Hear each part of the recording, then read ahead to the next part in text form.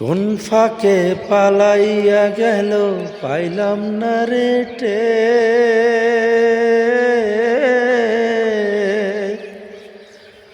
পাখিটির এমন ব্যবহার কপালেরই ফের।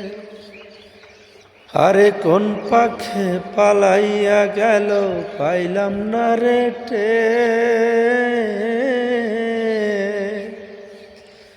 পাখিটির এমন ব্যবহার কপালেরই ফের।